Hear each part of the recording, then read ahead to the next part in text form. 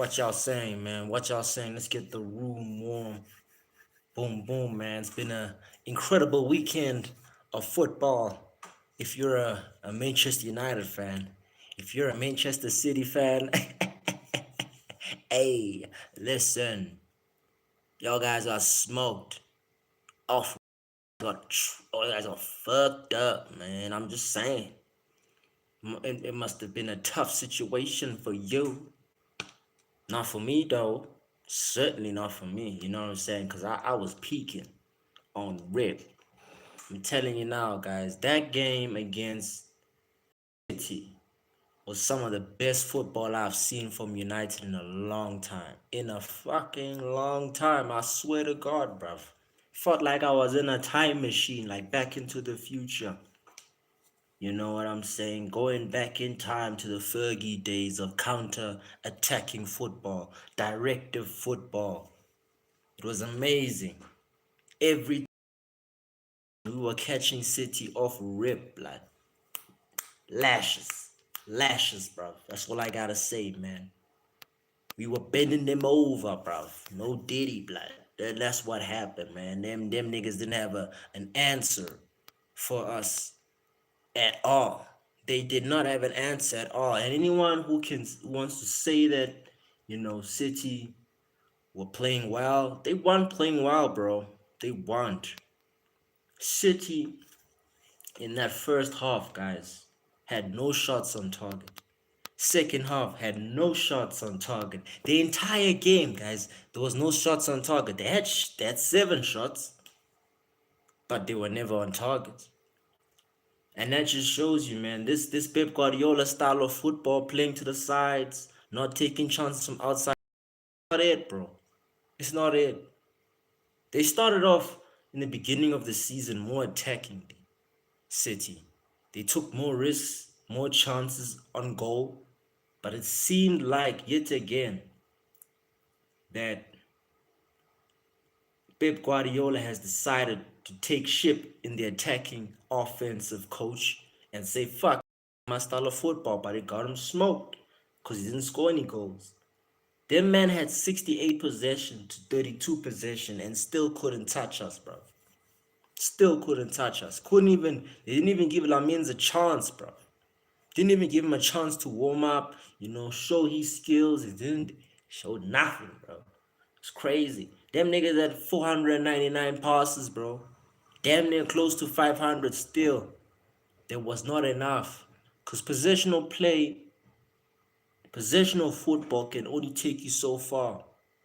That's why, when Pep was coaching Barca and Bayern, he always had a problem in the knockout stages of the Champions League against teams that were quick in transition in the attack. Teams like a prime Inter Milan, teams like a prime Real Madrid, teams like a prime Manchester City, teams like a prime Barcelona with Neymar, Messi, and Suarez. Pep Guardiola's always had problems against teams with flary players, and us providing Doku on the left and Ahmad on the right provided enough flair for us to give City problems on the flanks. Because let's be honest, man. Let's just be honest. We dominated them in the attacking force. Because we had 10 shots, 7 on target to 0 on target for City. And that just shows a lot. It shows a lot, people. I mean, this is how it is, man. This is how we were supposed to play in the beginning of the season. But that man which we will never mention because he's dead to me. That's Scammerim. We'll never mention his full name because he's dead to me. So we call him Scammerim in this channel. You know what I'm saying? We call him Scammerim because you guys giving excuses when we sacked this guy, saying that it was the players, he wasn't backed by the board. This man had a bad win percentage. Damn near wasn't winning almost any game, losing all of his games. And you saying that we should have given him time? Oh, fuck yourselves, blood. I swear to God, sometimes this fan base, it drives me insane. Makes me want to blow my head off sometimes, really. You know what I'm saying? It's ludicrous why you would keep someone who is making your company fall backwards. In any business, you don't keep anyone who's a liability. This is how I notice a lot of losers in our fan base, legit. There's a lot of losers who just don't want to see it. And you know, these losers were the same losers who are talking shit about Casemiro. My boy Casemiro, Uncle Casemiro, Uncle. Listen, Casemiro, shout out to you, bro. Shout out to you for silencing all the haters, including in our. Because this man, Uncle Casemiro, was our man of the match in this slaughter. In this funeral that City had, Casemiro was our man of the match. So now people are saying that he's too old. He can't pass the ball. Leave football. Football leaves you. Jamie Carragher, go fuck yourself. Because Casemiro showed up and showed out. My man rolled back the days of Real Madrid, man, where he was just smoking that midfield with Modric and Tony. You don't have Tony and Modric, but you're smoking this midfield with young Kobe. We'll get to Kobe in a minute. Casemiro, man, is the pinnacle and the main anchor of this midfield. Without Casemiro, we don't play the way we played. We don't have the construction, the structure, and the control in the midfield if Casemiro is not playing. So respect Casemiro, please. Casemiro is one of the reasons why we won a trophy in our first season with that fool, that bald-headed geezer Eric Ten Hag. Casemiro is the reason why we're even in top 4 games, because most of the time when he's playing, we're winning games. And that's a credit to his XP and his football brain and his football ability, because there's no other midfield in modern day football that has the same profile as young Uncle Casemiro. He ain't young anymore, he just turned 34.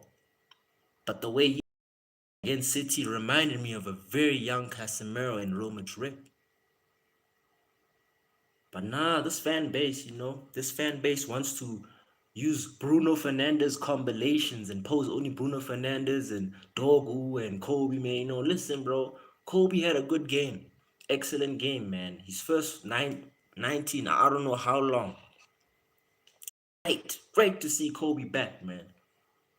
Especially after, you know, the rubbish that he's been going through the last past managers. It's good to see Michael Carrick giving the young lad a run for his money in the derby, man. And with Cuss with him in that midfield, he's very comfortable doing what he needs to do. I saw Kobe do turns, blood, making Silva and Foden go other way, bruv.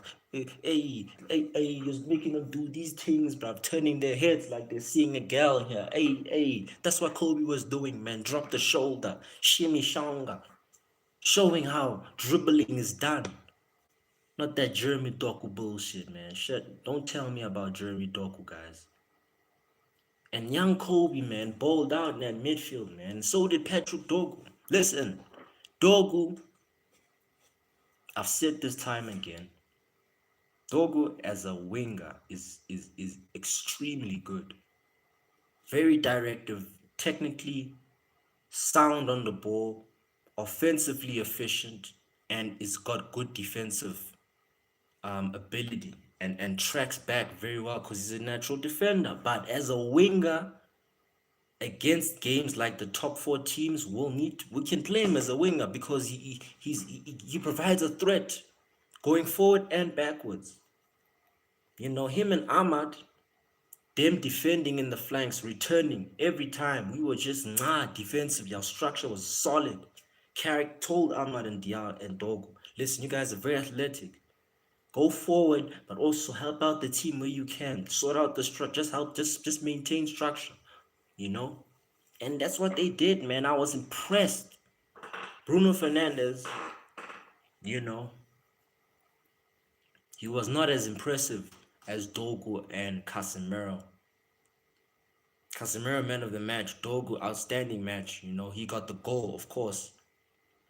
But Bruno Fernandes, guys, yeah, he got an assist for the Brighton Bremer goal. We'll get to Brighton Bremer, but listen, Bruno has so many times chances where he just passes it or overpasses it or decides to do something stupid because this guy's got no IQ, guys. Bruno Fernandes has moments, has has key moments in the game, but does not control the game in the midfield. I've never seen him have a 10 out of 10 performance where he barely makes in the midfield. But the problem is with Bruno Fernandes, he always makes mistakes. And cool, he's a stat merchant, stat machine, whatever the fuck you guys want to call him. But he's not a great midfielder. He's not a great footballer. This guy in the beginning of his United career was stat padding on penalties and and cool, yeah, clickbait goals. But in big games, big tournaments, finals, he's never been there. We've never seen him turn up in a final or a quarterfinal. Any big game where things and a price was on the line, this man has disappeared. I don't care if he's performed in back-to-back derbies, man. In games like this, 3 points, he should be performing. But in games like against Wolves, Brentford, Brighton, where is he? He lacks the consistency, and then when he doesn't play well, he gets a goal and assist, and then we just forget about it. Then we just say, hey, Bruno Fernandes saved us. Without Bruno, we'd be shit. Listen, guys, Bruno has been shit. He's always been shit. And he's just a goal scorer in my opinion, but he's not a great footballer. Brian Mbeumo got the goal, great finish. If he doesn't shoot that first time, I don't know if he scores that goal. But the thing is about Brian is that he did nothing the whole game, man. I'll be real with you. This man was nowhere in the link-up play, nowhere in the build-up play. Of course, he's a good finisher and he scored a goal as a striker, and we thank him for that. But it looked like your man was jet-lagged coming back from the AFCON. Ahmad didn't look like he was jet-lagged. Ahmad looked like he was playing proper. I don't know whether it was jet lag or not, but I'm I'm I'm not gonna sit here and pretend as if Brian Bremer also had a spectacular game just because he got a stat. You know, football will never be about stats. It's about how do you affect the game for your team to win. Yes, he scored a goal, but after that, he was nowhere to be seen. This is my point. Same thing with Bruno Fernandes, and that's how I feel about the midfield to the striker. I believe the midfield was dominated by Casemiro. Striker was dominated by Brian Mbeumo, of course, and the assist was coming from Bruno Fernandes, but he didn't necessarily have a great game. And for us to be that team again, we need to tell Bruno Fernandes to fuck off, blood, because this might be his last season. And we need to get Brian to play better. And we need to recruit better on the left because in games against Brentford, Brighton, and Wolves and Leeds, Dogo does not suit the wing. He suits better as a fullback, so we need a winger in the summer, or at least a lone winger in the Jan transfer window. Carrick at least needs two lone players to be to continue the steady ship going forward, so that we can get top four. Sip on my libations quickly. Yeah. All right. Let's get to the defensive structure of this team before we get to Main City. And I gotta say, man, the reason Haaland was so isolated was because of Harry Maguire and Lisandro Martinez. Now, Lisandro Martinez, I'm not a fan of him. Let's just be real. I am not a fan of Lisandro Martinez. Never been a fan of him really in terms of his ability. Yeah, he's got this passion, rage bait where he just does these,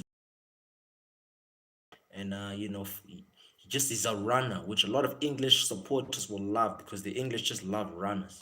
That's what they love. They don't love proper pure footballers. That's just the English.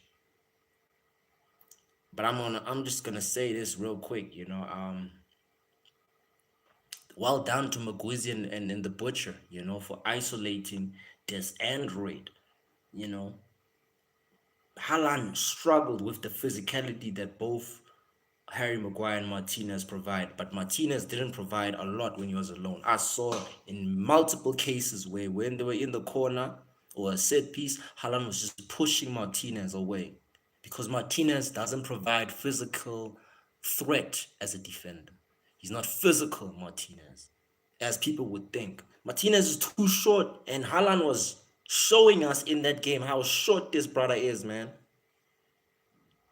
If Haaland was more clinical outside the box, we would have been in trouble in this game. But because Maguire and Martinez provided a lot of physical challenges for Haaland together as a unit, that's what made Haaland shake. That's what made Haaland uncomfortable.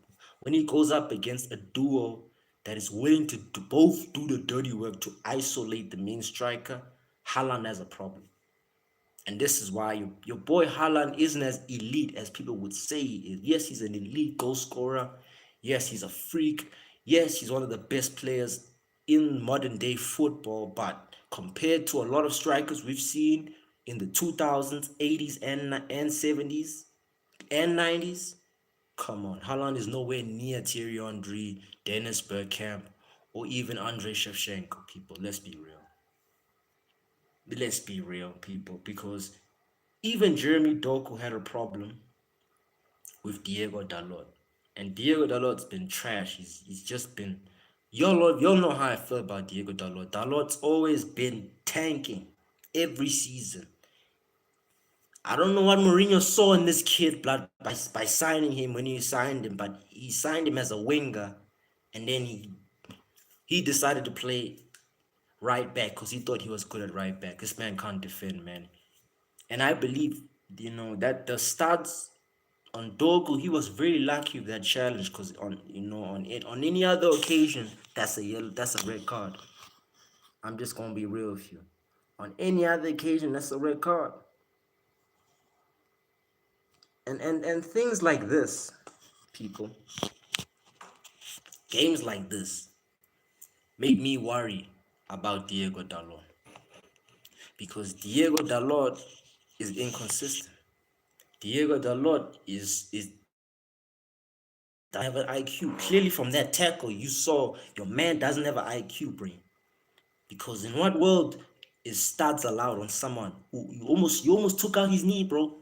That's how dangerous this sport is, by the way, people. Jeremy Doku, let's forget that he can't dribble. But let's just focus on that defense. That right hand side. Because when Luke Shaw and Diego Dalot caught yellow cards, I was praying to the good Lord himself that both of these fuckers spells against Semenyo. Sometimes Semenyo took him out, I think 2 out of 5, 2 out of 3. But Luke Shaw also, man, Diego Dalot and Luke Shaw. If we want to be competing for this title again, people, Diego Dalot and Big Body Shaw need to vie. They need to get out of this team. This Big Body from the Free State, one of those burros that own a whole bunch of plots in the Free State. I'm telling you now, man, Big Body Show needs to go, man. This Afrikaner needs to vibe, bro. He needs to dip out of here, Fanito. And this Portuguese guy, Scammerum's cousin, he also needs to dip and go practice some salsa there in Spain, or practice some, stomping there in MLS in LA. Whatever the case, bro. I don't want him anywhere near my team, blood. I swear to God. Lamin's had a great game also. Very great game. But like I said, Foden, Silva, Haaland, Dogu, Semenyo didn't provide a lot of threat. Casemiro had Rodri in a chokehold like this, saying, hey, like the Magneto thing. You know when Magneto said like this, and then he just choked Charles Xavier out of his chair. That's what he did, taking this injured Rodri, bro. Took him out of his chair, said, hey, listen, I'm the captain now, bro. You listen to me now. Because that's what Casemiro was like, man. He was a mutant today, bro. On smoke. And Rodri, shame, man, coming back from injury, he's not the same. He's just not the same, bro. Didn't affect the game, you know. Spells where he didn't complete passes, making unnecessary challenges and fouls. Your boy is a little bit rusty. I won't lie, a little bit rusty. But don't be surprised if we won't see the same Rodri. Because I'm a fan of him as a football fanatic. I'm a fan of his style. But that injury sliced him up, man. And as a big man like Rodri, you just can't move the same after an injury like that. I'm sorry. Sorry. This City defense, I've said this in the beginning of the season, man. It's a problem. A serious problem. And it's out of our control, out of my control, out of your control as City fans, and that's out of Pep control either. Because hey, okay, cool, they just signed, the man them from Crystal Palace, Matis Cunha. Wait, what's his name? Mateus. Don't even know how to pronounce his name, man. That the dark fella in Crystal Palace. Uh, let me see how you pronounce his name. Mark Kuya. Yeah, Mark. My man Mark, bruv. Mediocre defender, to be fair, man. He's very physical, but he ain't a technical midfielder, a technical defender the way Pep wants, you know. Pep usually likes defenders who know how to play midfield. That's always been Pep's philosophy. Pep always wants someone who can move the ball and also defend. And that Mark, I don't think he provides the right necessities technically for Pep Guardiola's style of play. But the squad depth is needed for the long title race and the Champions League, knockout stages that they're still in. So it'd be interesting to see when he eventually, blends in the team. But I don't care. Gigi Donnarumma was, really impressed me from the City side. This man is a freak of nature. I wish we signed him as a goalkeeper. I really did. Then we would have been serious. Him and Sameno, we missed out. We really missed out. But because we had that scout, because these players they weren't willing to be playing under that fraud. They saw it from a mile away. The agents were like, "Listen, let's not even try it, bro. This man's trash. Let's go sign for City. Let's go win a chip. Let's just rather win a chip. Let's not build in a team that has a fraud. Now the fraud's gone with Michael Carrick on the wheel. Listen, I gotta talk about United substitutions, by the way, man. People who are disrespecting Matis Cunha. Where you guys now? Where y'all guys now, man? What the chat saying? Why you talking shit about my guy Cunha? My guy Cunha was balling. Came on the pitch, affected the game instantaneously, got the assist for Dogo. And things like that is what fans complain about. The fact that he takes too much risks and loses the ball too much. When you're a maverick, that's what you're supposed to do. This is what Messi does. This is what Ronaldo does. This is what Sadio Mane does. This is what Neymar does. You get what I'm saying? When you're a maverick and you want to win the game and you know you're the star player on the team, which is what Cunha's got, that's the mentality he's got. He believes he's the best player in his team. That's why he plays the way he plays. You're bound to make more mistakes because you are trying to win the game as an attacker. So now when he made that run, beat Nathan Ike and crossed the ball, Dogu came through, Rico Lewis didn't expect that, and then he scored the goal. It's because of that sort of mentality. Now let's not complain about this mentality. It's good that he was on the bench because he was off form from other games. I get that, but let's not make him the problem here. The problem was that scam, using him in a system, playing him with Bruno fucking Fernandes at the same time.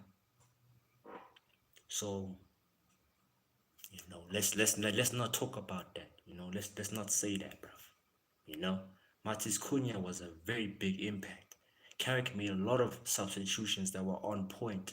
Mason Mount coming on, which should have been a 3-0, by the way. That shouldn't have been offside, but I'll let that digress. Aiden Heaven coming on just to keep maintaining the defensive structure. Everything was on point. Steve Holland, our defensive admin with Carrick and his team, very sharp. I saw him set up the team. Him and Johnny have been setting up the team defensively before the game in the warm up. That was great stuff. I need more of that. I really do. And I believe we'll get more of that. And if we do, watch us get top four, people. This top four race is not it's not hard. It's really not hard, man. People, the team is. It seems like teams in the Premier League don't want their points this season. Hey, I'm not complaining. Give me the points, dog. Just give me the points. Manuel Ugarte coming on for Casemiro. It's good substitutions, and you see, these are the things that make me more confident about Carrick. He's already got better decision planning than Ruben Amorim. Ugh, fuck! I just mentioned his name. The Scammerin. Yeah. Tactical play than the Scammerin. Better substitutions than the Scammerin. Better attacking than the Scammerin. Better defense than the Scammerin. Already has a better win ratio than the Scammerin. And you guys were saying that we should keep this fucking geezer in our team. You're nuts. You're nuts. But I'm not here to really, argue with you guys. I'm just telling you guys facts. Because my brain and my football brain is elite, guys. It's elite. I know what I'm seeing. Xerxes didn't show up, Cisco didn't show up. It's good, bro. It's fine. It's fine. We beat your asses. That's what you gotta understand. Listen, you City fans, listen. We beat your asses. We did double this season on you guys. We beat your asses. Wait, let me hold on. Let me see. Let me just see, man, real quick, man. Our next fixture is against Arsenal. Beat Arsenal's ass also. Mark my words, we're gonna whip that ass, bro. You guys think we're afraid of you? I'm undefeated at the Emirates. We in every competition, every cup competition. I don't give a fuck, blood. You know why? Because you guys are ass with this what set piece plays that you guys are relying on. Victor Yokeres, trash. Noni Maglioko, trash. Bakayoko Saka, trash. Don't talk to me about this. You guys just drew against Nottingham. No, bruv, you just drew against Forest. And you guys are telling me that you have a chance at this league title, bruv. You guys are already fucking up. You're already. I saw Declan Rice crying. Almost wanted to cry like, not again, not again. We can't lose this again. He understands. He knows the set piece is not going to last you the whole season, You Arsenal fans better worry. You better worry. Because next time, next time you're not going to be so lucky, hey? Forest didn't have no shots on target because they ass. But listen, against a team that knows what they're doing, you guys are going to see pain this season. Best believe it. You guys think you're going to win a treble this season? I swear to God, guys. Maybe you might win a cup in the EFL Cup, maybe. But you ain't seeing a treble this season or the league. No way. You guys, you're gonna bottle it like you always do. Hey, you guys are the bottlers. You guys know that. I'm telling you now, man. 9 shots, 3 shots on target. 9. You only had 3 on target. You guys are ass, blood. I don't care what you guys say. You guys are ass. I swear to God. Now, listen, in conclusion, for Manchester United people, I've got to say, we are on the right track of getting to top 4. Now, all we got to do is just wipe out Tottenham's ass, in the upcoming week, in this weekend, and then we are good, people. We are good. Because I can't complain, City got Wolves to worry about. Chelsea got Crystal Palace to worry about. Tottenham, they just catching hands, bro. And Listen, it's because of injuries. The reason why Tottenham are the way they are is because of injuries. Do about that. Sometimes that's football. But when you don't recruit for depth, that's the problem. And that's Thomas Frank's issue. These modern day managers feel like recruiting for depth is no longer necessary in football. It will always be necessary in football. I'm just gonna tell you now, if you need to recruit for depth, most of your star players and your whole starting lineup is injured, you're gonna end up like Tottenham. And Tottenham, the fans want Thomas Frank to leave. Listen, I enjoy Tottenham's pain. They deserve to be in the situation they're in because they should have never, and I mean never, they should have never ever whipped our asses in that Europa final. But because we had Cameron as the man on the wheel, it happened. But karma's a bitch.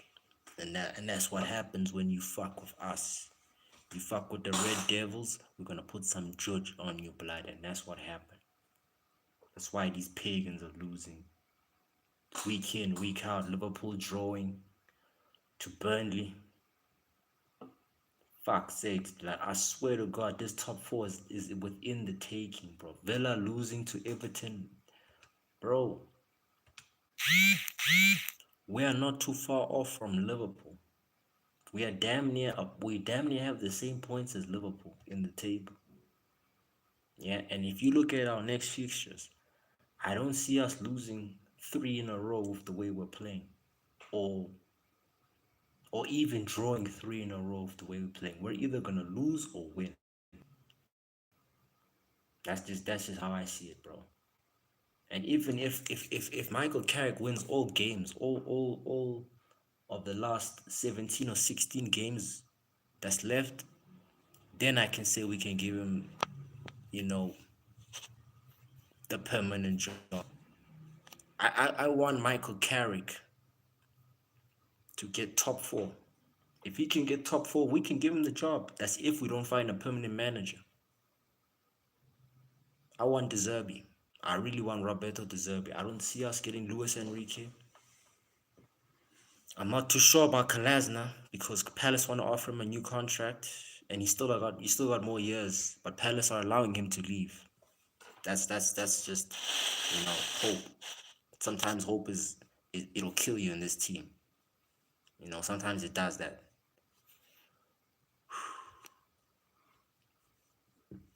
So I just gotta relax. I've just gotta remain calm as a United supporter, and I've just gotta watch and see how things turn out.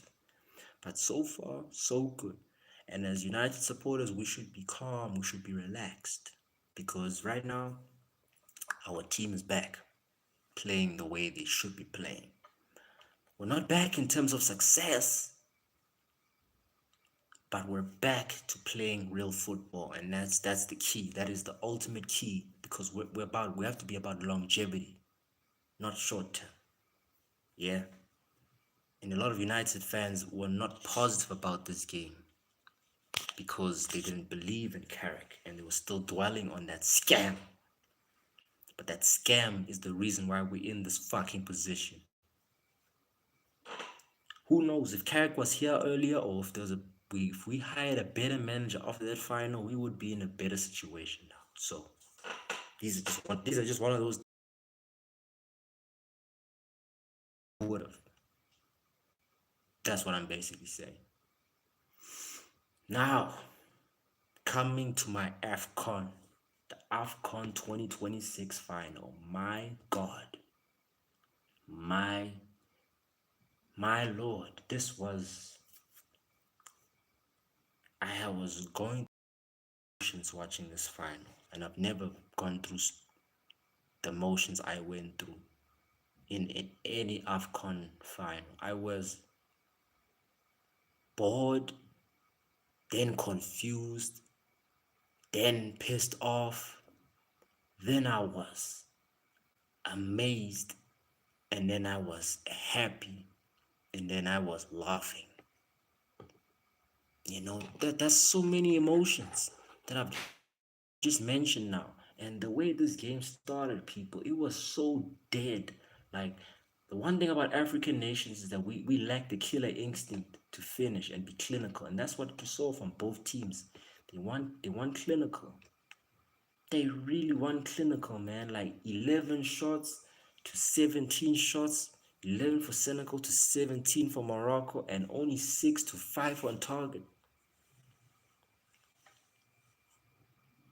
That just proves, guys, like these are one of the reasons why an African team will never win the World Cup, because we lack the killer instincts from our strikers. We lack we lack the ultimate finishing and the deadly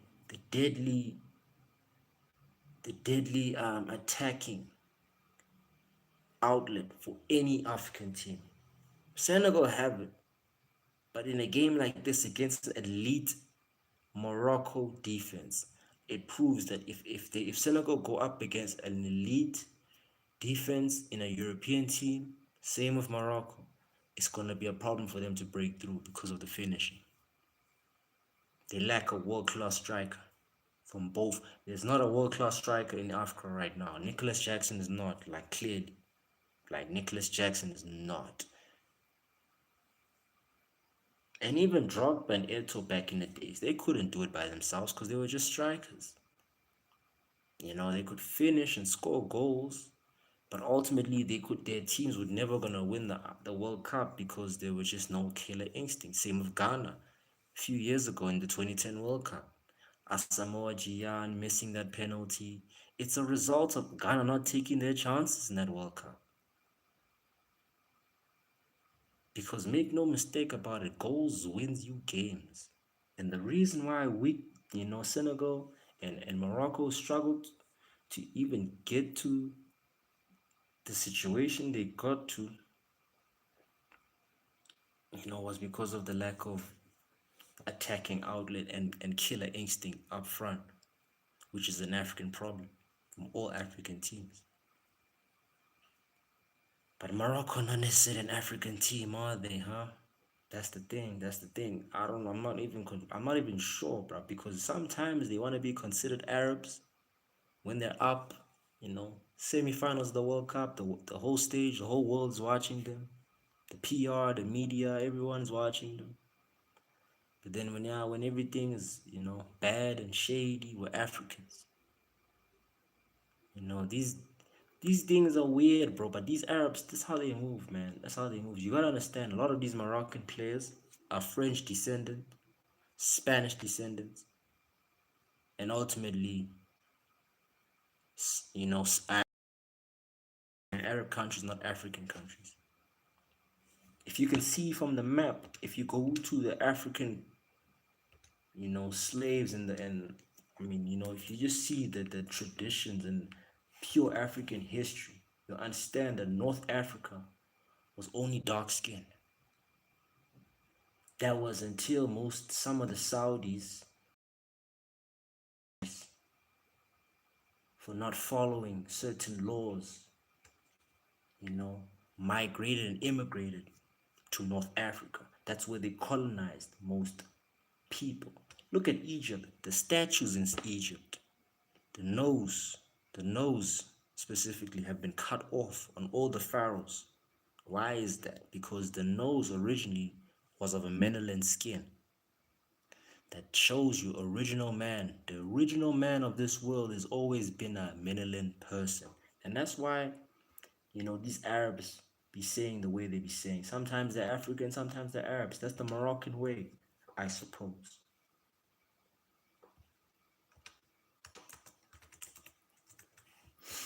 And it's crazy. Like, these men, like, really were running up that tax. They were really running that shit up to attempt to win an AFCON. And they were using that ref. That ref was scheming, man. That ref was scheming all the time, giving them fouls they weren't supposed to give off, stopping Senegal momentum every time they were going to attack, giving set piece plays near the box. That referee was giving Morocco every single chance they could get to try and scave a win. And it's crazy, man. It's crazy. Like what corruption will do to football, what it will do to sport, man. I already am a sole believer that a lot of sports entertainment is rigged. I'm a sole believer of that. Do not get me wrong. But to do what they tried to do, what they tried to attempt to do to Senegal was just unruly. And that's what these Arabs people will be doing, man. Most Arabs people, they be just corrupt and buying their way to a lot of corporations. I'm not saying all Arabs are like that, but I'm just saying most. Tunisia, Libya, Egypt, Algeria, Morocco, that's Arab land. That is straight up Arab land, you know? So some parts of Sarad Arab Dominic Republic. So that's Arab land. That's mainly Arab lands. The rest are all colonized by the Europeans, but those are mainly black Africans, the main Africans. The original Egyptians, Libyans, Tunisians, Algerians, Moroccans were all melanin skin. The people you see today who are living in those lands are Arab people who don't like to be considered African. You go up to an Arab person and ask them, "Are you African?" They'll say, "No, I am Muslim. No, I am Islam. No, I am Arabic." You're not African, so you're not black. You know what I'm saying? These are the things, bro. These are the questions. Because Morocco like to say I'm African, and then in games like this, they wanna use that African tax on these Midland skin brothers like Senegal. No, it was never gonna happen, bro. It's never gonna happen. Because that first goal, that first header, physical body on on body. In football, it's like we call it, you know, shielding, just body weight, normal body weight. Because it's a contact sport at the end of the day, man. And I didn't see a foul in that corner. Senegal was supposed to be 1-0 up. As soon as that goal was disallowed, they got a disgusting penalty by Brahim Diaz, the diving, because that wasn't a penalty, guys. I used to be a defender, and I can tell you now, the force and you'll see when someone's trying to drag someone down. You'll see by the force. I didn't see enough force in that in the defender trying to bring Diaz down. Diaz legit fell and dived like he's been diving this whole tournament, guys. This whole tournament. If you see the combinations and the combinations of Diaz, he's been diving. And this whole tournament has been rigged for Morocco. And in a game like this, the referee was rigging this game for Morocco. And they got that penalty, man. And what we saw after that penalty was something that has to be documented, and it has to be a part of this CAF archives and the AFCON archives, because that was history. That was history in the making. Shout out to the Senegal players for doing what they were supposed to do in fucking up the Moroccans' head. Let me explain. The mind games was crazy. Let me explain. Have patience. The political point of view was Senegal knew that Morocco was cheating, and so they were threatening to abandon the game. Now, when you threaten to abandon the game, you are psychologically telling the team, your opponents, that you are not worth fighting. It's basically like a warrior kneeling, like doing a knee before they even start fighting. It like you disarm them. Like you disarm them mentally. And that's what I thought. What I initially thought was I thought that they were okay, of course, being emotional about it, and were getting pissed off about them cheating. But when I clocked it, I was like, this is mind games. This is the ultimate mind game because the way they came back so quickly, as soon as Saudio, as soon as Mario, as soon as Mane called them back, it was kind of like shit. Okay, now we've got to their heads now, and it made it worse the way they just kept teasing the penalty taker. They just kept teasing him. They kept getting into his head. And that's the thing. They just kept getting to his head, and the penalty taker initially was supposed to be one of the other players. I think it was supposed to be the striker, but Diaz just took it out of nowhere. And when Diaz took it, I think that was him trying to say, "Listen, I've got this," And the other striker trusted him. What's good, whoop de doo? Shout out, bro. Shout out for pulling up to the channel. Like and subscribe. Even like and subscribe. When Diaz took that penalty, he thought himself that he could win this game, but he made a mistake. He really made a mistake. He shouldn't have taken that penalty. He really shouldn't have. What Diaz tried to do was, when you're in a friend group and you have a friend that's trying to like talk to someone, like he's trying to force their way to talk to someone that that's not working. Like he shouldn't be forcing himself on like to another person. That's what Diaz was trying to do, man. Diaz was trying legit aura farm when he don't even have aura, when he wasn't even supposed to, because Senegal were putting all their attention on the penalty taker, but Diaz was still around there. Like he saw the mind games and he was also affected by the mind games, and that's why he missed the penalty, guys. Because when he decided to take the penalty, he was trying to defend his friend, because he saw his friend was getting clocked by these Senegal players surrounding him and pushing him and telling him it's not a penalty. Fuck you, it's not a penalty. As soon as the Senegal players came out, they went straight to that penalty box and they went straight to Mendy and they were hyping Mendy. It's almost like they were praying over Mendy. It was, I don't know, guys. That final was some of the most mental warfare and chaotic shit I've ever seen in sports, ever. Those things just don't happen off coincidence. I'm telling you now. Like it almost was if like, okay, the coach told them come off the pitch.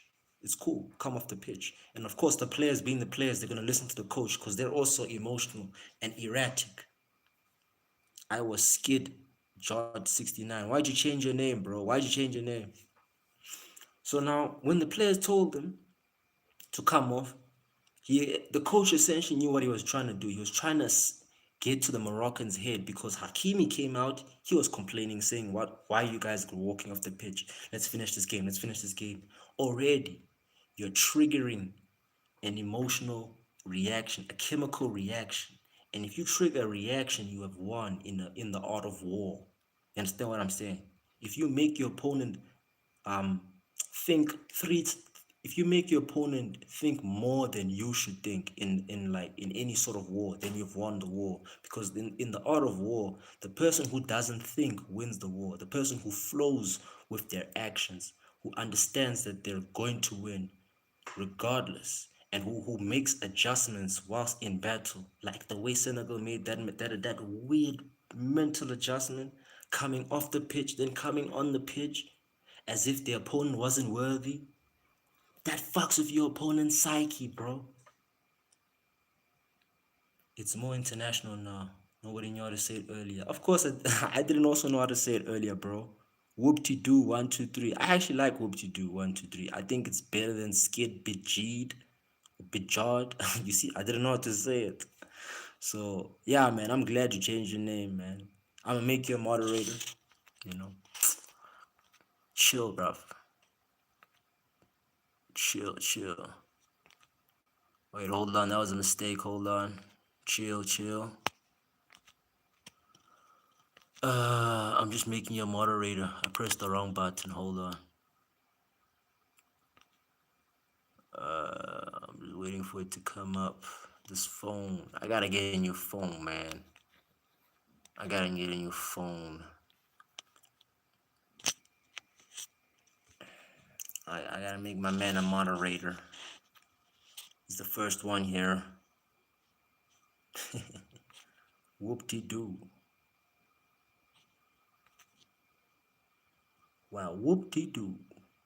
It's like Chris Eubank. Chris Eubank's meme. Whoop-de-doo.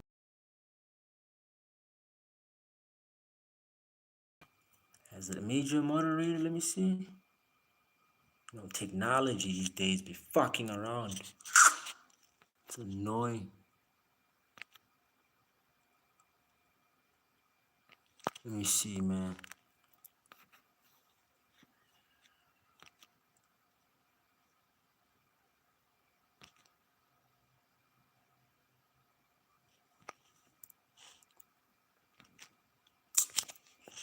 It's doing its own thing, man. It's doing its own thing, bruv. Yeah, it's fucking glitching, whoop-de-doo.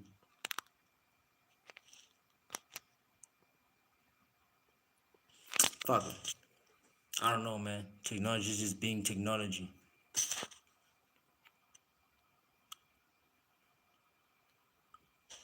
I added you as a moderator, whoop-de-doo.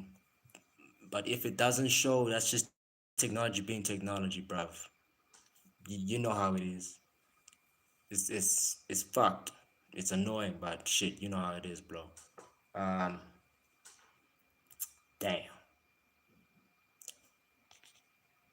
So what happened was essentially is when Senegal came back on that pitch, they knew they were gonna win the game mentally, because they mentally won.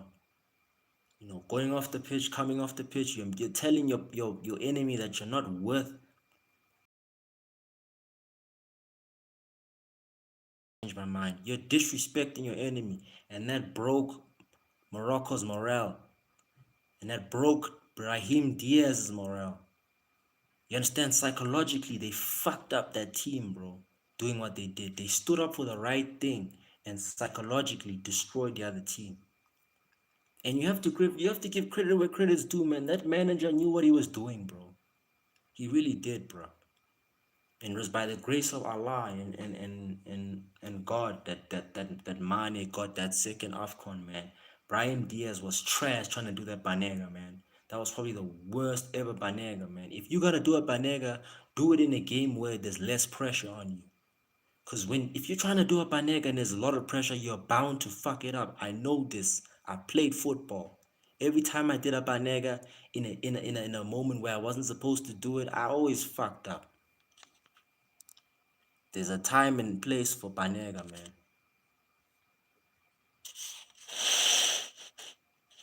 Yeah. My Wi-Fi is doing some shady shit, blood. She's doing some shady shit. But also, I got an old phone. So supposedly, I got maybe emptying my storage.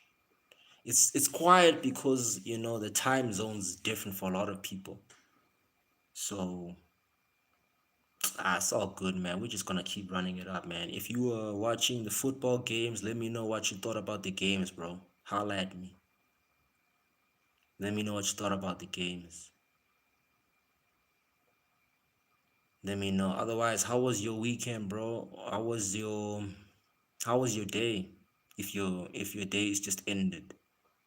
If your day is just begun, what do you have planned for the day? Let me know in the comments, bro. But Diaz just,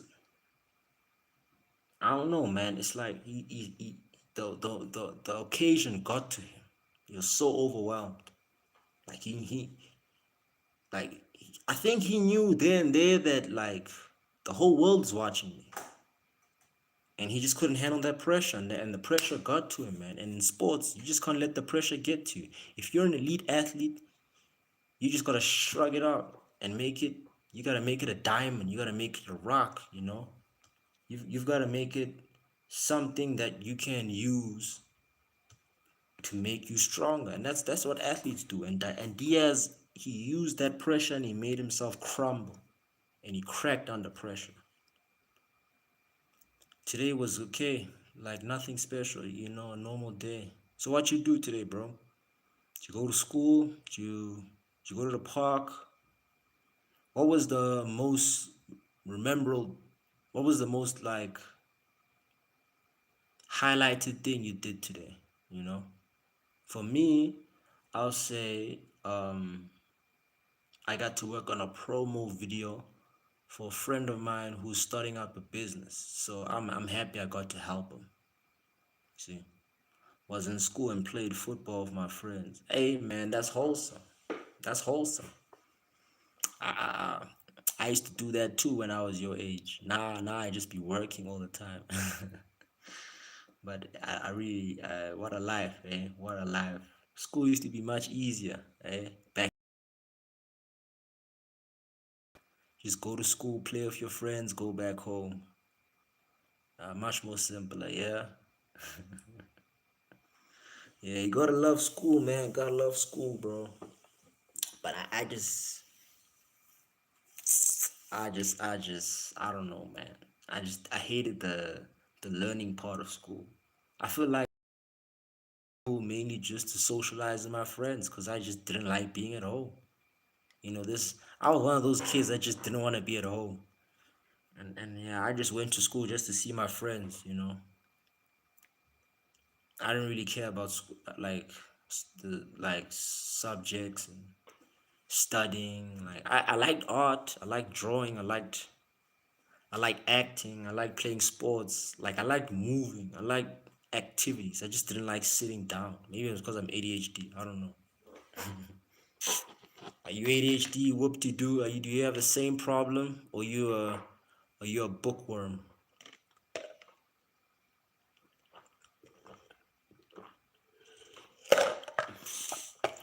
Hey man, I'm happy. Senegal won. I'm really happy, man. Papogeya scoring that left-footed finish that went top corner was amazing, man. It was amazing, bro. Like the right team won today. Homework is the boring part. I don't know if I am. Yeah, homework is boring, bro. I hated homework. I didn't feel like I needed to do homework. If I read the textbook, I'm learning something. Yeah, I can do that. But why am I doing homework for? To revise and study for something I'm not even interested in? Like I'm not interested in maths. I can do mathematics, you know, but in what life scenario am I gonna need maths? What, to count my money? That's easy. Counting money is easy, but am I gonna need maths to cross the road? Am I gonna need maths to talk to that person? Am I gonna need maths to network? No. You see, those are the things school doesn't teach you, bro. That's why I don't like school. I just like socializing in school.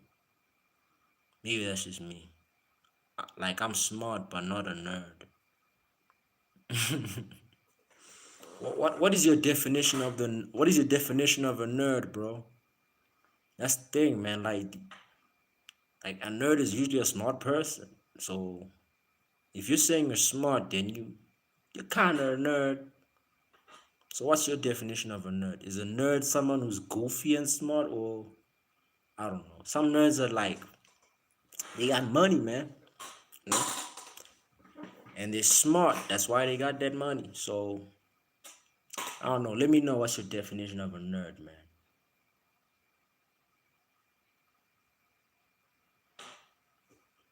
But yeah, man, that's just that's football, bro. Football can be corrupted by the wrong people, but the football gods and football heritage just came through and gave the rightful win to the rightful team. You know, praise to Sadio Mane, man. What he did was iconic, bringing his team back. Telling them to come back. It's amazing, bro. It's amazing what Sadio Mane did, man. Absolutely amazing. And give credit where credit is due, bro. It really does. You gotta give credit where credit is due.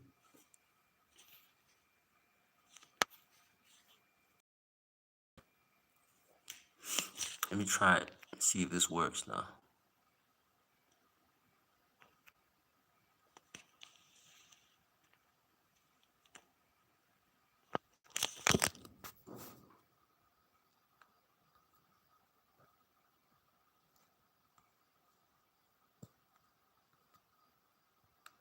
A pretty stereotypical nerd, you know. Yeah, I think I'm a nerd too. Like I do have nerd. I'm back. I'm back. Sorry about that shit. I had to reboot, not reboot, but restart it because it was lacking too much. All right.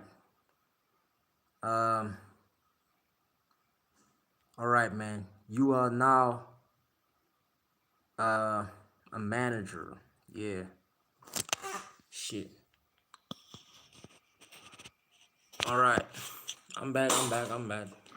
Bro, why is American football called football in the but they don't use their feet to they don't use their feet much?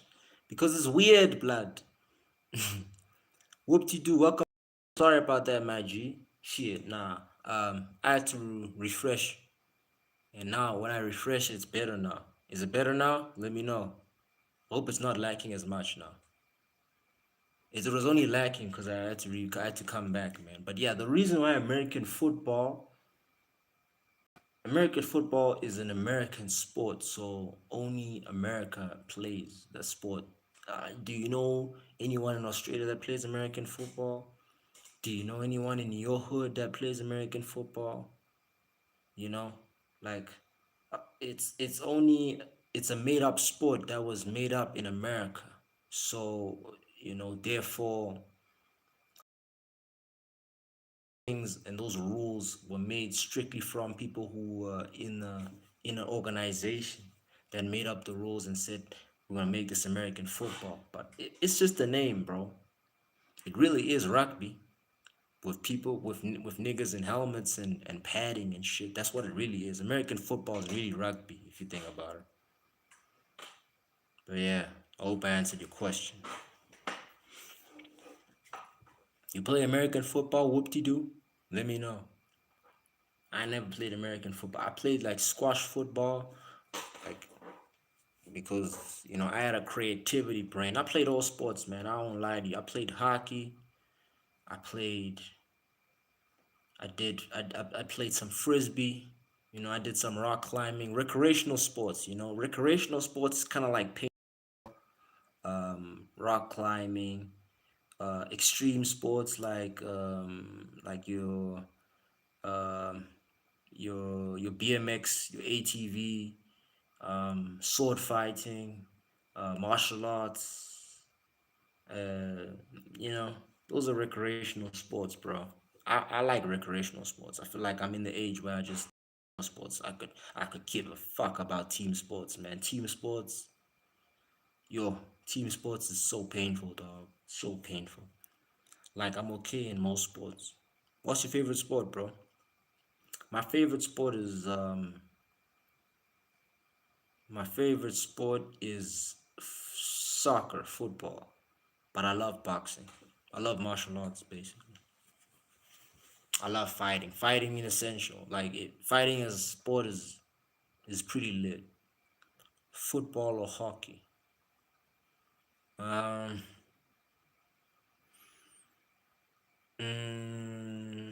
I would say football, but in terms of hockey, I don't like the running hockey. I like ice hockey. I think ice hockey is spectacular. I think it's one of the most like grueling sports you could do. Ice hockey, like the balance, the strength, the mental toughness of ice hockey. I respect anyone who plays ice hockey. My wife used to play ice hockey, so I know people who play ice hockey. You played ice hockey? Who's your favorite UFC fighter?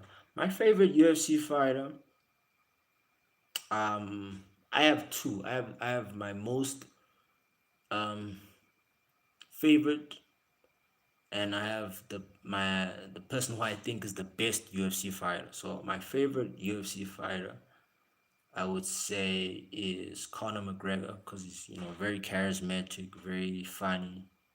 As an entertainer, he's amazing. As a fighter, he's even greater. But in terms of skill in the UFC, and the best UFC fighter of all time.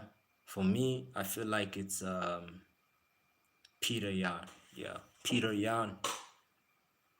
Peter Yan. It used to be John Jones, but now it's Peter Yan. What about you, Whoop Doo? Who's your favorite UFC fighter, bro? It's Paddy.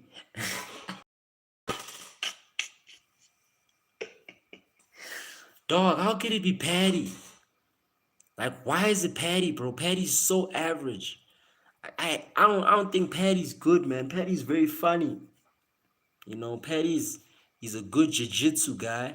He's just a shit boxer, bro. Why Paddy, bro? You think he's gonna win against Justin KG? Let me know. You're a Paddy guy. Let me know, bro. Fucking Paddy, bro. You're the first guy I know who's a Paddy Pimblin fan. It's lovely to know there's some Paddy Pimblin fans out there. It's crazy. Nah, not prop. What you mean not prop? I just like him. Oh, okay. Okay, so how often do you watch the UFC? Do you watch it all the time? Would you say you're a purist or a casual? Like, if you're a casual, it means you watch it for entertainment purposes only. But if you're a purist, it means you watch it like because you love the skill and the craft of it.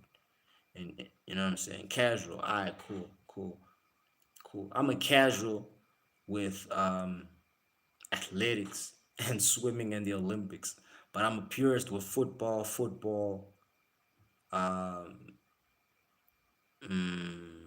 with football, boxing, UFC, and fighting sports. Like, yeah, I'm like a purist. I'm a casual with the Olympics and like shit like fucking rugby and tennis and golf and the NBA. And I know a lot about the NBA, but I'm kind of like a casual in terms of like the styles and plays of certain things. But yeah, I respect the art though.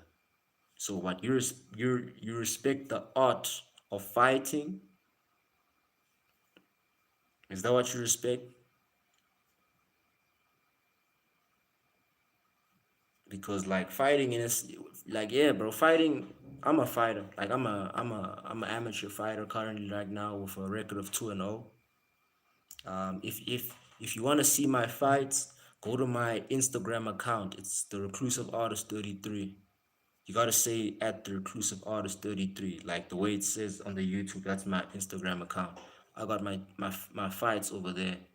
I've been training for a long time, man. Like fighting is in itself as an art form is one of the greatest things you could do as a human being, man. Like whoop you do, bro. Do you train? Like have you done any martial arts in your life? Have you trained before, bro? Let me know in the comments, bro.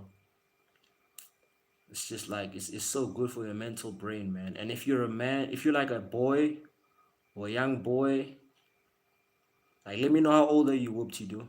Let me know. If you're a guy, man, like you just need to know how to fight, man. It's essential. It's essential, man. Any man who doesn't know how to fight is vulnerable. It's a liability, in my opinion. I've done some boxing.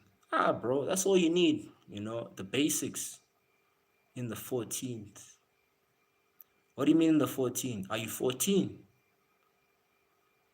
Or in the 14th? What's in the 14th, bro? What's in the 14th? Yeah, pretty young. Alright, cool. Nah, bro, just do some training. Do some basic fundamentals. Even boxing is one of them. Boxing is one of the main things that can get you out of a street fight, bro. Just boxing. People say box, wrestle the guy and do that shit. You don't do jiu-jitsu and wrestle the person on the street, bro. I'm telling you that. You gotta knock his ass out. I'm 14. Alright, cool, bro. You're young, still young. You know? Learn how to box, bro.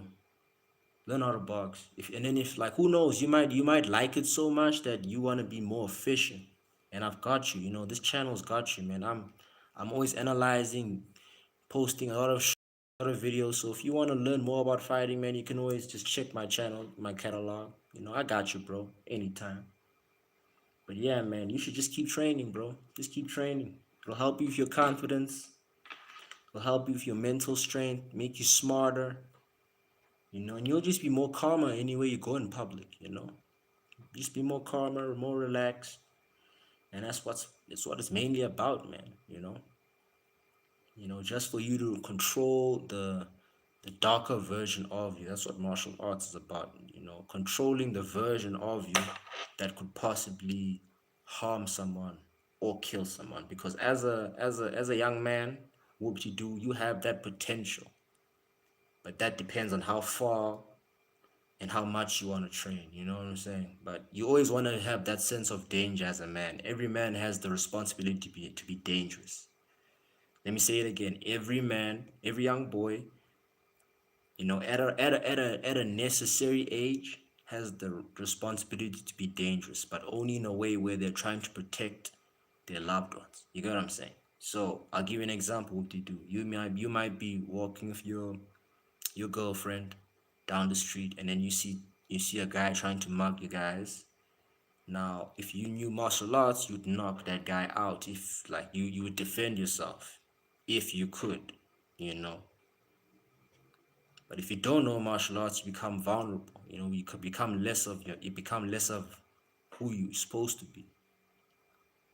And in situations like that, it's necessary for a man to be dangerous because you're protecting yourself and your loved ones. So martial arts will always be essential tool for a man and a woman, of course, but mainly for men because men are more physical than women. So it's hey man, you just gotta learn how to defend yourself.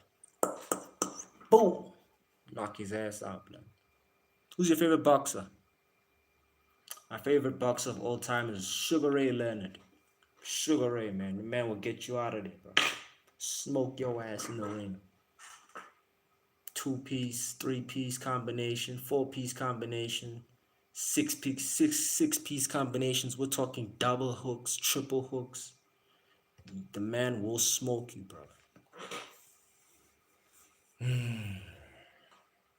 See, I got tats.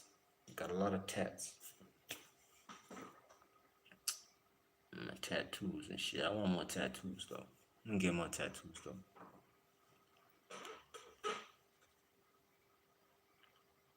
Mm.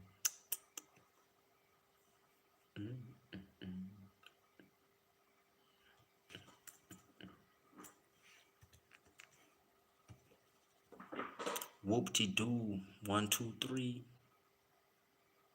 Hey yo. But yeah, man, that's the football talk, bro. You know, we were talking about the martial arts team, but that's the football talk, brother. You know, that's the football talk, my guys. Yeah, but we're done with the football talk, man. We got the next 30 minutes to talk about whatever we want to talk about on the chat. That's just how we do things on this show, man. Talk about whatever we want to talk about. So whoop de do what you feeling on your mind, bro. What's on your mind, big homie? What's on your mind, man? I've just been appreciating life, man. 2026 has been a great start. Great start to the year, bro. In terms of football, hey, man, we've had the ups and downs as Manchester United supporters, but hey, it'd be crazy. It'd be crazy. Where did you go, whoop-de-doo? Did you make yourself a sandwich? Did you go to the bathroom?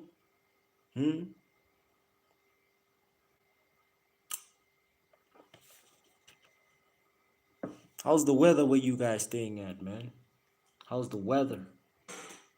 Boom, boom.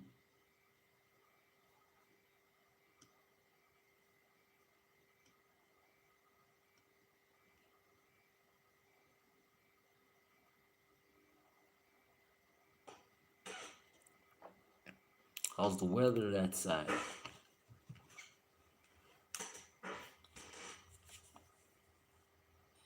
25 minutes, 25 minutes. I was making myself some snacks. Hey, bruv. I knew you were making yourself some snacks. Man is hungry. Man is hungry. What you eating, bro? Eating some chips? Eating some cereal? Eating some leftovers? What's in it? What you eating, bruv? I ate some lovely pasta today, man. I love pasta. Pasta's my favorite food. Love me some spaghetti. But yeah, if you just landed on the chat, man, we just finished the chat. We just finished our topics. You know, we've spoken about the United game and the AFCON final. And of course, some EPL games and some other football news. But yeah, man, it's the way it's supposed to be. I was making myself some snacks, eating some nuts. Why did I say that like that? And raisins. Ah, man, I don't like raisins. I don't know, man. I want raisins just taste funny in my mouth, man. They just taste weird, you know. They just taste nasty. I want to read a couple of quotes that Kylian Mbappe said.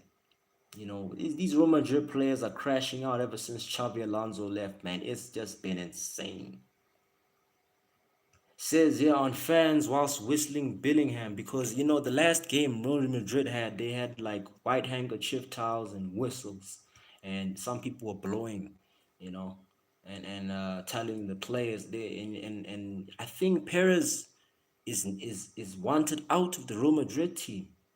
That's what we're hearing, and it's crazy why anyone would think that Perez would want to be out in his own team. No doubt he's quality when he's fit. He's one of the best players in the world. It's tough for everyone. We can accept that fans aren't happy, but they should boo everyone. It's not about Jude. It's not about Jude's fault or one player. Jude Bellingham is ass, man. It's Jude Bellingham is ass, man. Like these players need to stop lying to us, bigging up their friends, cause he's just bigging him up because he's his friend. You know. Abrialo, I think he benched Vinny Jr. I don't know if I've been clear. Vinicius will be on the pitch as long as he's available and performing at his current level. He's a fantastic, exceptional footballer. If you want any chance of winning, I need him. Vinny's trash also, bro. Like this whole team is just digress. That's the whole point of like people need to understand that this team has digressed. There's nothing that can bring them back into the way they used to be unless they recruit better. Like this is based off trash recruitment and trash manager. I've thought about starting Airsoft. Airsoft. For like explain to me what's Airsoft? The fuck is let me Google that. What's Airsoft, man?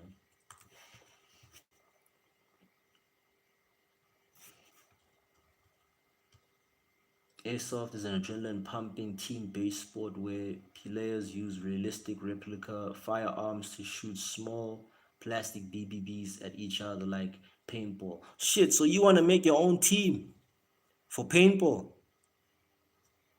Like you want to make a unit, you want to make a squad. Let me know what to do if I'm right or if I'm wrong. It says here airsoft is all about emulating real world scenarios, military conflicts, police operations, or even fun, fast paced, close quarters action. Damn. So you want to make a live Call of Duty battle zone. That's what you want to make. You want to make a live battle royale. Is that your dream? Is that something you want to start up? Let me know. Give me more context on this, man, because I'm looking at the weapons here. It's legit, man. Like, I don't know, could be fun. Do you like guns? Like, do you fancy the machinery of weapons, of mass destruction? Because this would be fun, man. This is a good team building exercise, bro. Like, um, I've always wanted to go to the range and just shoot with my buddies, with anyone, as a unit, yeah, just to learn. It'd be great, Guns are cool, if you know how to use them, and then until you become a school shooter, then guns are not cool. Ah, why am I like this, man? Hey, that's my dark humor, man. You just gotta get used to it, brother. I hope you're not a school shooter, bro. Just don't be a. You can love guns, just don't be a school shooter, bro. Please, let's. We don't need more shooters. Air guns. All right, man. Shit. This is like I think you should start off with paintballing. Whoop de doo. If you wanna start your own airsoft gang, like a squad, because that's something you can cook, bro. That's something you can really cook. We got 20 minutes left. 20 minutes left on this live.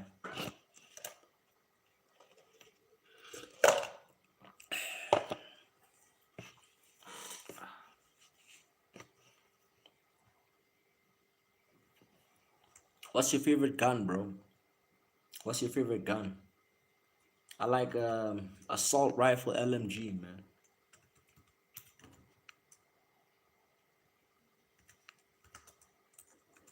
That's what I like.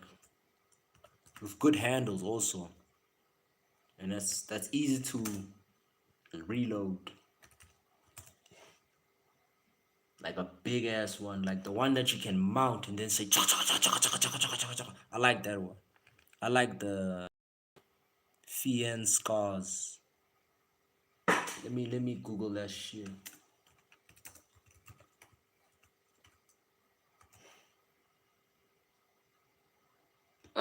Yeah, this gun. Say a Fien scar refers to a Special Operations Forces combat assault rifle, a family of modular gas and gas operated rifles made by Belgian company. Yeah, man, I like this gun too, man.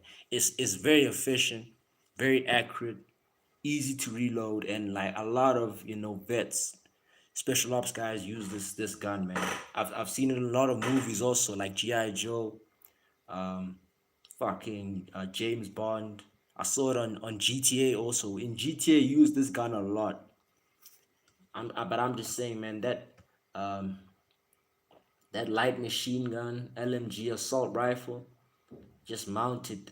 If I can mount that like on a tower with high range and high like altitude, like and just see my enemies from afar. I'm bro. I'm of that gun, bro. I really have. I like them those big ass those big ass guns, bro. You gonna buy GTA 6? I don't know, man. I don't have a PS5.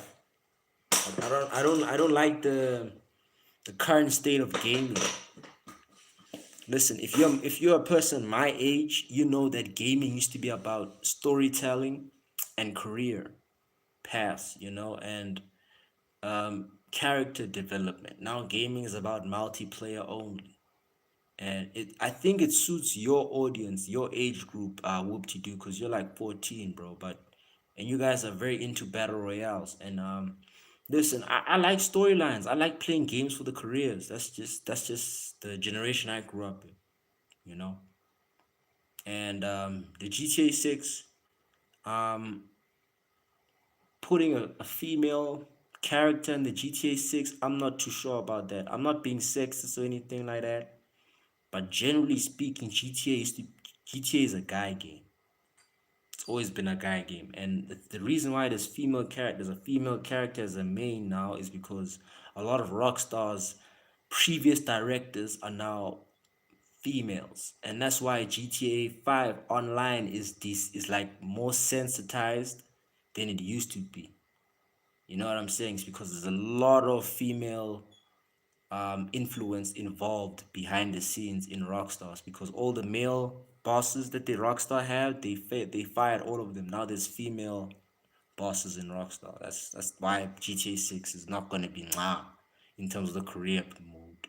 And the profanity that you saw in all the previous GTAs, the racist jokes, you're not gonna see that in GTA 6, bro. They made GTA 6 for woke gooners. That's what they made GTA 6 for. But you can still buy it. I'll probably buy it just to create havoc and hijack people and do guy shit. You know what I'm saying? I don't think the storytelling would be good though. I've played some fire single player games. Like what? Let me know. They're gonna be gooning all day. Exactly, bro. Exactly. That's the thing. That's the thing, bro. The people who buy it. Yeah, that's the thing. That's the thing. Alright, we got 15 minutes left. 15 minutes left on this live. 15 minutes. GTA 6. Um, the graphics will be good. Don't get me wrong. Graphics, the game in itself, we're gonna see it in a completely different space. Like that, we're gonna have more access to a lot of things in GTA 6. That's the thing, and I don't give a fuck, man. I'm not gonna be using that girl. I'm gonna be using the guy, man. Maybe I don't know shit. Maybe I'll be going back and forth, but I'll mainly just be doing what I usually be doing on GTA, man. Just creating and being a menace, creating chaos and being a menace. That's what I'm gonna be doing in GTA. That's what GTA is about, bro. I don't know if my Xbox can run GTA 6. What Xbox do you have? I have an Xbox. I still have an Xbox 360, but I need a next gen console like an Xbox Series or PlayStation 5. But I don't know, man. I'm not sure if I'm gonna get those consoles. I might just play GTA 6 at someone's house or at my friend's house like I usually do now. So what console do you have? Whoop de do? I have the Xbox One and Xbox 360. Shout out, bro. Xbox One and 360. Ah, it's a pity Xbox 360. Um, it's a pity that their online service is down like permanently. Cause we would have played online, bro. I would have gotten your gamer tag and I would have said, let's jam, bro. Let's play some Call of Duty or Battlefield. But maybe I'll get an Xbox One, maybe a second hand. I just don't like new console games. That's why maybe I just don't. Maybe that's why I'm afraid of getting a new console. Maybe. Xbox 360 is a good console. It's the best, bro. I still have mine now. I was playing Need for Speed Most Wanted today, bro. Enjoying life, like Xbox 360 is probably the most simplest console ever made, man. The best console ever made, bro. No glitches, barely any broken discs. Xbox, like Sony, like it has a lot of glitches in PlayStation 3 and 4. And online services are not usually the best, but Xbox, it's always been the best online. Servers have been always up running. Like, Microsoft are just better in video games than Sony. I just feel like. But of course, I've had a PlayStation for a long time. I had a PlayStation 2. It was cool. So I appreciate Sony for my childhood, but I just feel like Microsoft produced a better gaming experience than Sony ever did. So that's just my opinion. It was ahead of its time, bro. It really was, dog. Whoop de doo, bro. It really was, my G. It really was, bro. It's crazy. I'm probably gonna have another live tomorrow. Just I don't know, just for vibes. Probably talking about boxing. I'm gonna see the Timofimo Lopez and Shakur Stevenson face off. Probably react to that. We'll see though. We'll see. What's your favorite game on Xbox 360? We got like uh 10 minutes left. 10 minutes left. Talk about whatever you want, bro.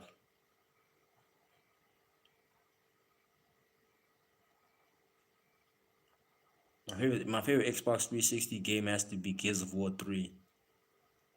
Yeah, I like Gears of War 3. I like the first Forza Horizon. Yo, bro, that game, Forza Horizon, man, game was sensational.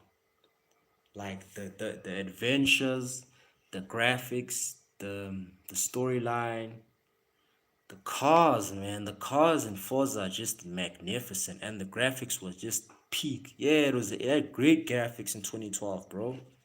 Amazing graphics.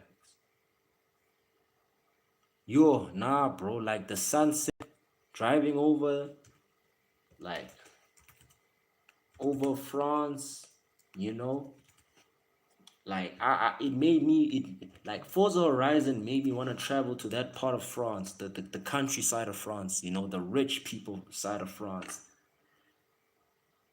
and like the desert, the challenges, like the fact that you can rewind if you crash. Like Forza Horizon is just an underrated video game, a car video game. It's just vibey, man. You got good taste, bro.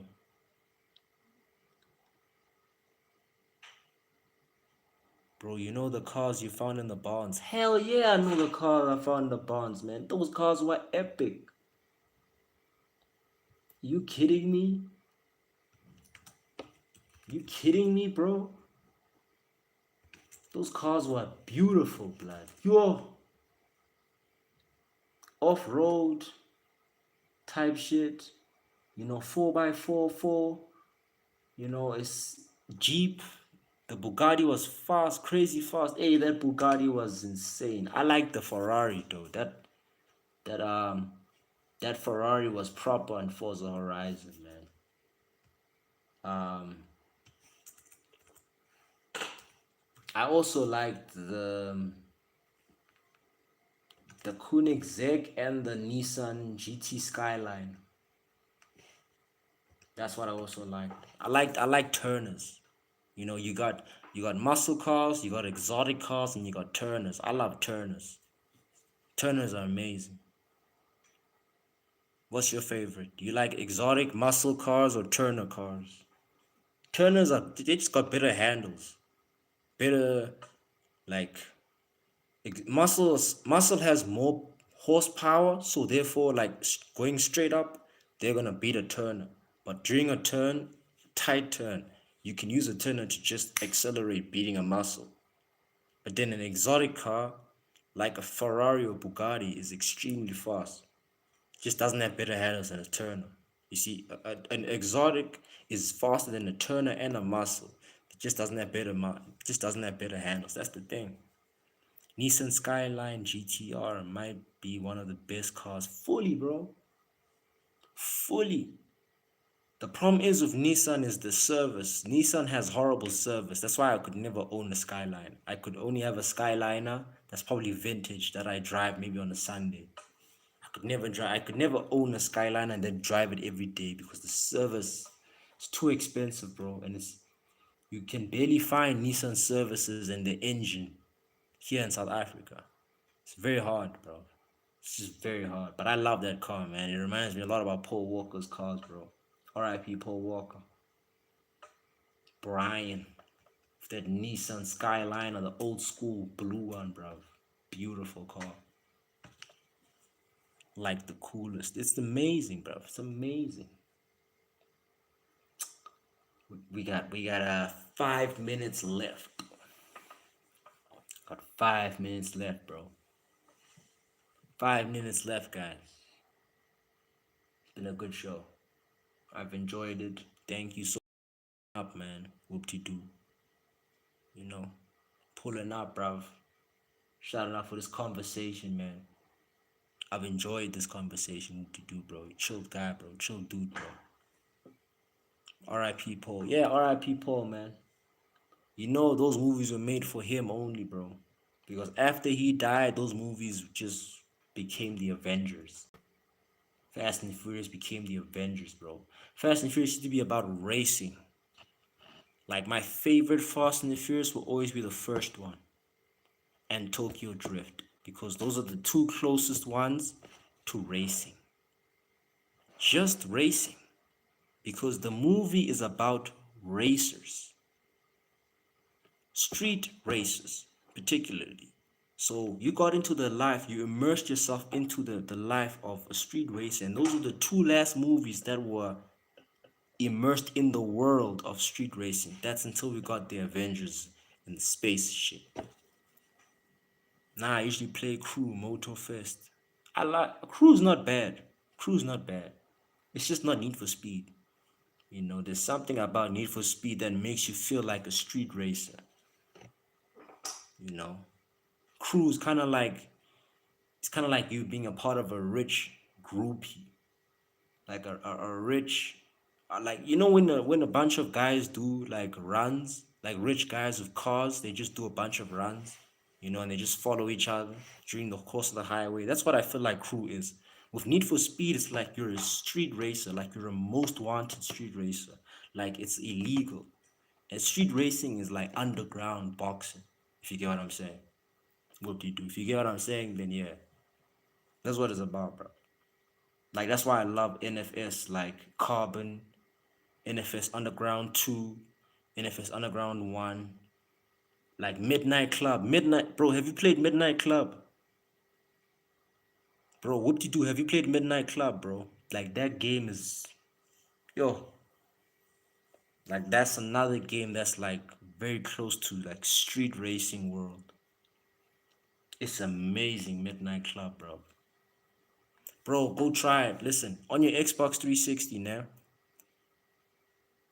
go online, not online, but like go like see if you can find somewhere where you can get a Midnight Club game and just go try it and come back to the live whenever I have a live and tell me how much you enjoyed it, because I guarantee you now what you do from the way we're having this conversation of cars. You're a fanatic of cars and you like car games. You're gonna like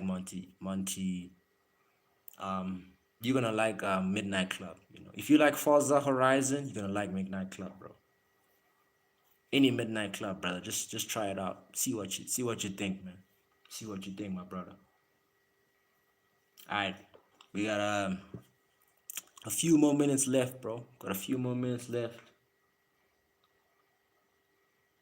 What other car games? What other car games? Trying to think of more car games.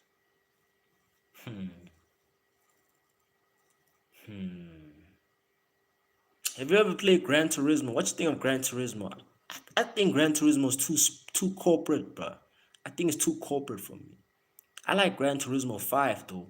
The thing I liked about Gran Turismo was the rally racing. Rally racing is fucking hard. Like rally racing games are extremely hard.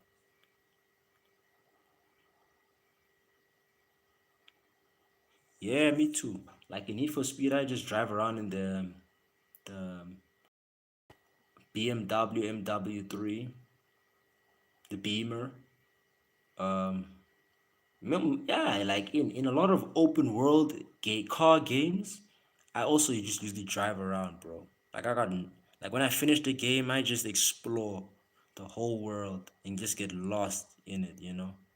I played some WRC games. Hey, bro, rally World Rally Championship games are extremely difficult, and it makes you appreciate those drivers in real life because like rally racers have to make a certain time at a certain pace in tight angles, and when they flip, the cars flip, and in real life when they flip and come back to a standing still, they're allowed to keep going, bro. That's what I respect about rally racing.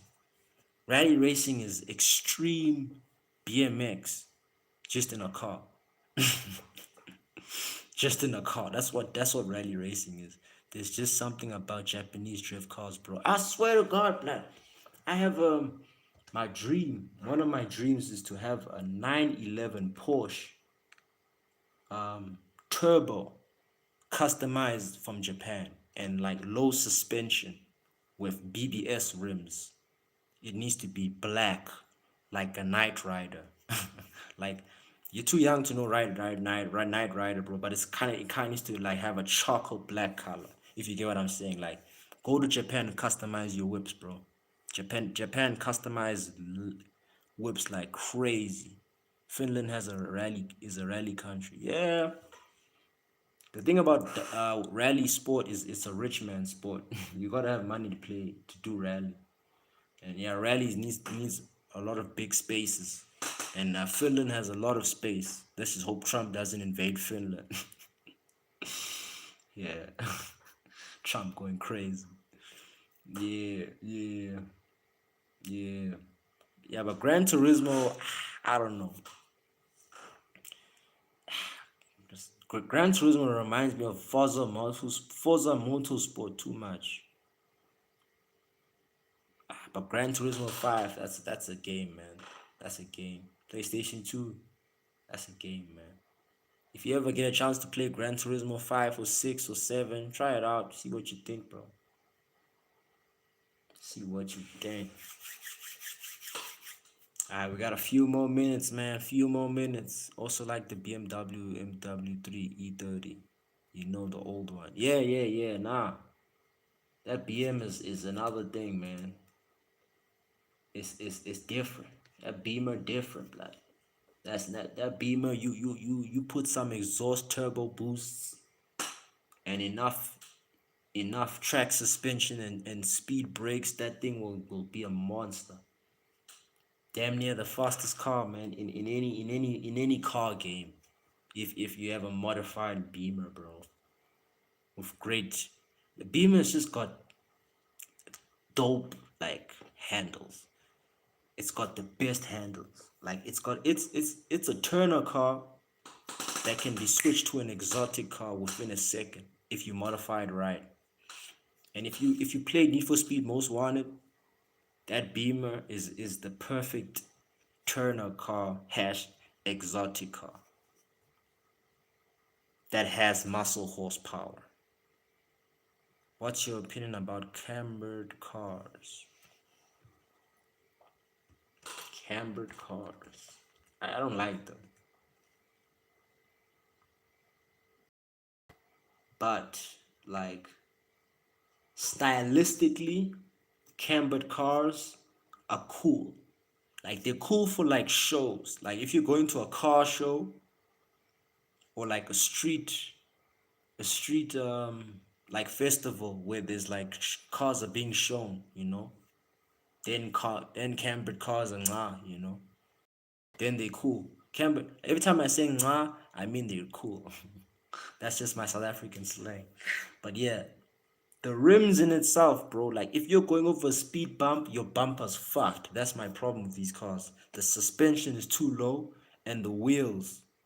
Like if you go at a fast pace and you hit like a speed bump or like a rock or anything that's big enough to just ruin the momentum of your car, the car can flip easy because the wheel can come out easily. So I wouldn't advise it for like driving on a normal day. But if you're going to a car show and like you want to win a trophy, then yeah, you can use these cambered cars, bro. Like if it was too much, camber's ugly. Yeah, bro, camber is ugly, but for shows, some judges like it, so you could do it. I modded the BMW in crew to be low and have a little bit of camber.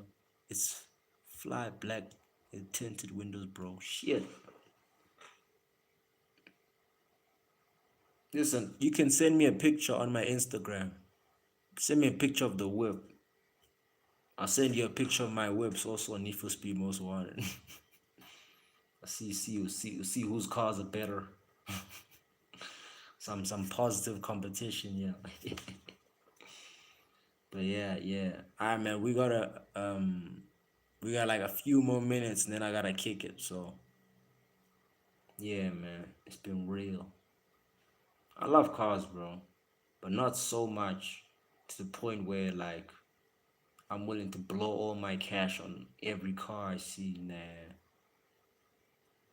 I don't even have a car yet.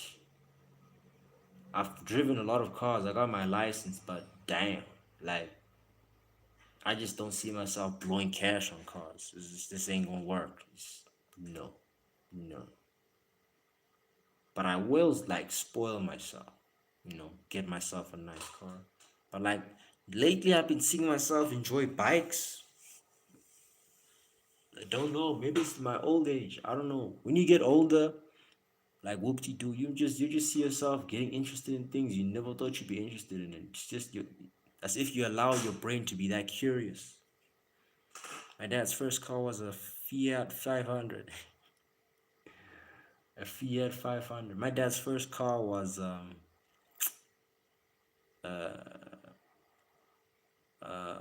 Maybach Yeah, a Maybach. I think it was a Maybach Benz. Classic. What was it, man? I'm trying to remember. What the hell did that guy have, man?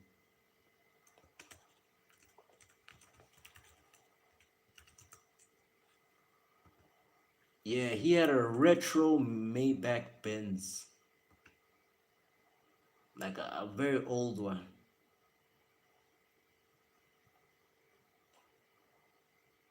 And then he had a Volvo. He had a lot of cars, to be fair. I'm not gonna lie to you, man. He had a lot of cars. He's old school also. Bikes are cool too. Sounds cool. Yeah, man. I like the Harley Davidson Cruiser. Also like some sports speed bikes, you know. But I mainly like the Harley Davidson Cruiser. You know, I think that's dope. And also the saber tooth, the laid back cruisers also. The Vatos like to use. I don't know what they call them. I think they call them spiders. I'm not sure. But they got like twin engine, bro. It's very quick, man. These bikes are no joke, man. You'll fly off, break your neck if you fuck around in these bikes, man. That's why I gotta master riding. Like the cruisers, just the Harley Davidson cruiser is just something I feel like it's just suited for me because I like bikes like this, you know. But yeah, man, I like the Harleys, bro. I also like the yeah, Kawasaki. Oh yeah, the Kawasaki. Hey, Japanese bikes are also quick, man. Hey, them fuckers don't play. The Kawasaki bikes are pretty quick. I love them too, though. Yeah, they're not bad. Not that bad. But yeah, man. When we get bikes, we should ride together. Yeah, we should do that. But yeah, man, it's been real, people. It's been real. Thank you for joining the live. Appreciate your support, appreciate your love. May God bless you in whatever it is you do. 2026 will be your year. Stay positive, be kind to yourself, man. And until next time, my bro and my people, love, bro. Peace out.